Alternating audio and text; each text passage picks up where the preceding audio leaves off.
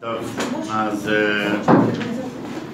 a vu ces 2 dernières semaines plus de travaux pratiques que de théorie. Pourquoi? Et donc il faut qu'on reprenne un peu de théorie parce que les travaux pratiques nous aident un tant soit peu, mais il y a besoin d'avoir un certain nombre de sujets écrits et posés. Donc, première chose,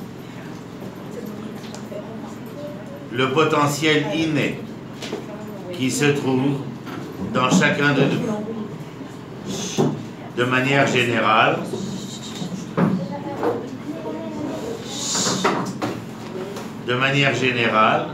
nous partageons cela de 2 façons. Il a commencé son cours, alors on écoute. Voilà, donc je vais reprendre puisqu'il va falloir couper. Ça va? Oui, tu Alors tu restes après, tu me parles. Et donc je reprends. 1, 2, 3.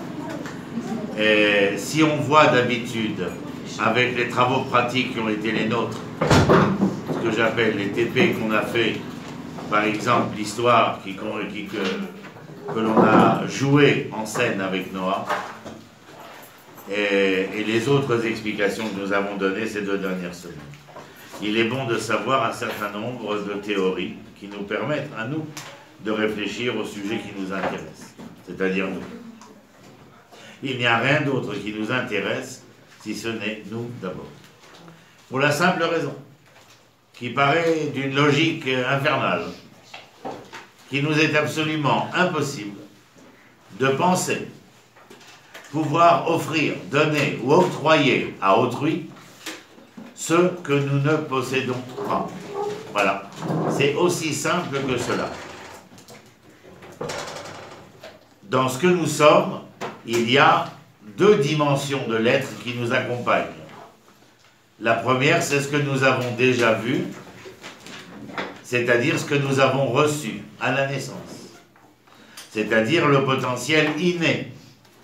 Et je dis bien le potentiel inné, car ce qui est inné n'est pas de manière automatique réalité. L'inné est un état potentiel qui se propose de vous offrir, de vous donner un tant soit peu de ce que vous êtes. Le deuxième pan, c'est qu'à partir du moment où je vais exister, il y a un certain nombre d'éléments qui vont venir se greffer sur ce que je suis en mon âme et conscience. Nous appellerons cela, et vous le savez, l'acquis. Il y a dans ce que je suis ce moi dont nous avons parlé par rapport au jeu.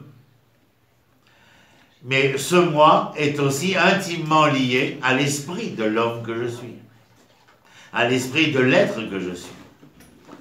Et nous avons déjà dit et expliqué que le moi était ce coup frappé à la porte de mon histoire pour réveiller l'homme que je suis. Mais vous voyez maintenant que je veux parler pas seulement de l'homme que je suis, mais de l'homme qui pense, qui réfléchit, qui analyse. Ce n'est pas simplement celui qui conjugue son verbe, c'est aussi celui qui est à même de pouvoir réfléchir. Pour que cet esprit, que nous allons dénommer ainsi esprit, spiritualité, mais où la spiritualité n'est pas obligatoirement religieuse. Il y a une spiritualité religieuse, mais il y a une spiritualité qui peut ne pas l'être. C'est celle qui se concentre simplement sur l'esprit en tant qu'esprit, et non pas un esprit relié.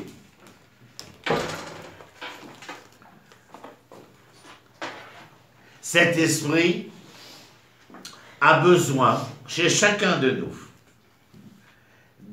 d'agir plutôt de réagir avec deux éléments essentiels. L'écoute, mais que j'appellerai l'entendement. Vous vous rappelez que c'est le verbe lishmoa. Et la sensibilité, que nous avons vu la semaine dernière dans le processus d'action de l'homme et dans sa constitution. C'est les points mnémotechniques que je vous ai enseignés pour vous rappeler. Yarad Ram, Garesh Dav. Et à travers les initiales, l'acrostiche en question, vous avez le moyen de retrouver le processus engagé chez chacun de nous. Donc je parle d'entendement et de sensibilité, c'est-à-dire de shmiya et de regesh. Pour reprendre Stam, quelque chose que vous connaissez déjà, ce que j'ai dit à Noah, qui va s'endormir dans quelques secondes. Et Noah était beaucoup plus vivante la semaine dernière. Elle n'aurait jamais pu faire ce qu'elle vient de faire maintenant, pour la simple raison que sa sensibilité avait été mise à fleur de peau, simplement parce qu'elle entendait quoi? Parler d'elle. Et donc elle ne pouvait en aucun cas tituber d'un côté ou de l'autre, tout simplement parce que par l'entendement qui était le sien, sa sensibilité était éveillée, ce qui lui donnait ce que nous appellerons une présence d'esprit, et où cette présence d'esprit, parce qu'elle est présente, est capable d'être, là encore une fois, à l'entendement et au sensible de qui? De l'autre dont j'ai parlé, c'est-à-dire du moi, qui lui est là, appelez-le moi si vous voulez, l'âme. Quand je dis en votre âme et conscience, la conscience c'est celle de l'esprit que nous venons d'expliquer à travers l'entendement et la sensibilité. En votre âme, alors le moi serait révélateur de la volonté de l'âme qui s'est insufflée dans l'être que vous êtes, de pouvoir se réaliser au mieux pour le meilleur.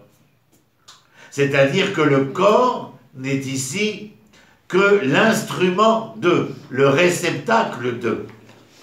Mais ce qui fait que le corps va à un moment donné agir, réagir, se mettre en branle, devenir le sujet de son histoire et refuser de rester plus longtemps l'objet de son histoire. Il n'est plus le vassal, il est le seigneur de son histoire.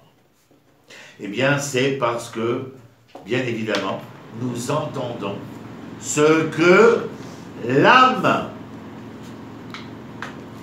Neshama Shenatata Bi Teora, l'âme que tu m'as donnée est pure. Ce qui est entaché dans l'histoire de l'homme, c'est la nefesh, c'est l'âme biologique. Mais l'âme divine, elle, n'est jamais entachée. Lorsqu'on veut l'entacher, que fait l'âme divine? Elle se sépare. Elle se sépare.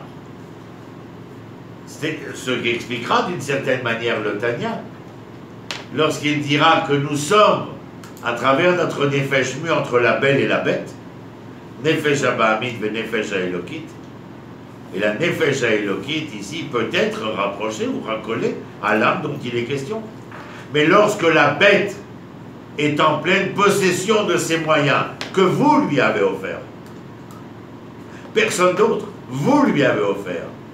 C'est-à-dire que la bête s'engage là où la porte est ouverte et jamais, jamais autrement que cela. Ne venez jamais dire que vous êtes seulement, dans votre propre histoire personnelle, la victime d'eux.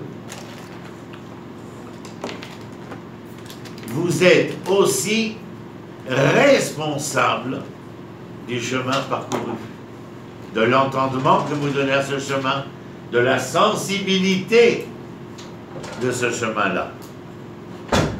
Si vous avez des questions, c'est pas parce qu'on filme qu'il est interdit de poser des questions, bien entendu. Au contraire, ça fera genre, j'ai des étudiantes qui s'intéressent énormément.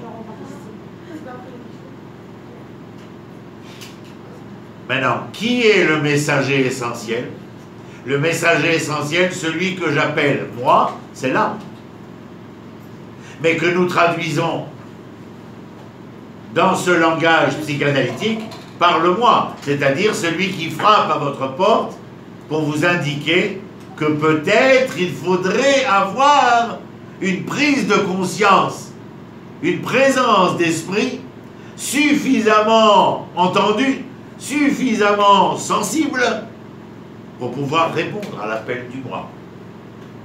Donc votre jeu peut très bien rester dans ce que vous avez envie d'entendre, dans ce que vous avez envie de ressentir. Mais comme je vous l'ai expliqué au tout début de l'année, le jeu ici est obligatoirement celui qui va se conjuguer en voulant prendre conscience de quel est le véritable appel qui m'est lancé. C'est-à-dire qu'il faut que lorsque je suis suffisamment sensible et suffisamment entendant, il faut que quoi? Eh bien, il faut que je sois ce que je dis, il faut que je sois ce que je pense, il faut que je sois ce que je fais. Essayez de vous concentrer, sinon ce sera de la Ritaline pour tout le monde la prochaine fois. Ce ne sont pas des choses faciles, ce n'est pas un travail pratique. C'est les théories que vous avez besoin de savoir, d'entendre et de comprendre. Encore une fois, même dans cet instant qui est le nôtre, vous êtes interpellé. Parce qu'en fin de compte, l'âme qui est la vôtre, ce moi qui vous interpelle, il est en train de te dire, écoute ce que dit Ronnie, parce qu'il y a là quelque chose qui pourra te servir à court, moyen ou long terme. Mais tout dépend de comment votre jeu veut conjuguer son histoire. Je suis fatigué, j'ai envie de faire pipi, j'ai soif, je suis malade, j'ai une gastro, etc., etc. Ou bien est-ce que c'est tellement important pour moi que la gastro ne m'asservira pas, que la soif ne m'asservira point, et donc je voudrais me dépasser. Ce dépassement-là est bien entendu conséquent de ce que j'ai dit précédemment, présence d'esprit par une prise de conscience. Conscience et esprit sont intimement liés. Mais il est impossible sans cela de pouvoir se dépasser face à l'adversité à laquelle vous êtes confrontés. Et il y aura toujours des adversités. N'ayez crainte. Le monde est fait pour provoquer, vous provoquer, en vous empêchant de pouvoir réaliser. C'est la raison du Nisayon en hébreu. Vea Elohim Nisa et Abraham. Et le Dieu créateur mis à l'épreuve Abraham. Le verbe lenasot, sa racine c'est nes, un étendard. C'est-à-dire que celui qui nisayonne l'épreuve est capable d'accepter l'épreuve, il en ressort comme un étendard, c'est-à-dire grandi. Et c'est la raison pour laquelle nous vous donnons des examens, des épreuves, afin de pouvoir non pas faire que nous allons vous donner une note, acceptable ou non, mais que vous soyez capable, lorsque ce que vous êtes en votre âme et conscience est vrai, de dire je n'ai pas étudié pour la note, mais j'ai étudié pour savoir et pour moi-même. Celui qui fait médecine et à qui on demande de bûcher l'anatomie, la physiologie, l'histologie, ça n'a pas toujours un aspect le plus attrayant possible. Mais lorsque je vais étudier le squelette, c'est au-delà de l'épreuve, de l'examen, du partiel qu'il y a la semaine prochaine, le fait que dans 5 ans, dans 6 ans ou dans 7 ans, je vais devoir palper quoi? Un squelette. Et que sans cette connaissance-là, or, au moment où vous êtes engagé dans ce processus-là, de l'épreuve, eh bien vous êtes confronté à cette dualité, en hébreu shniout, la dualité entre la prise de conscience, la présence d'esprit, ou non? Oui, attends, elle avait levé la main avant toi, et après tu parles. Vas-y, t'écoutes. Moi? Oui? Ah non, non. Mais tu as levé la main? Ouais, mais c'est bon. Vous avez Ah, c'est bon. répondu juste après. Chez vous, on dit, pas de souci, c'est comme ça qu'on dit chez vous. Ken? Donc en fait, cette dualité, ce serait tous les choix qu'on fait dans la vie. Oui, on est continuellement confronté. D'ailleurs, l'existence qui est la tienne, sans que tu le veuilles de prime abord, est une dualité.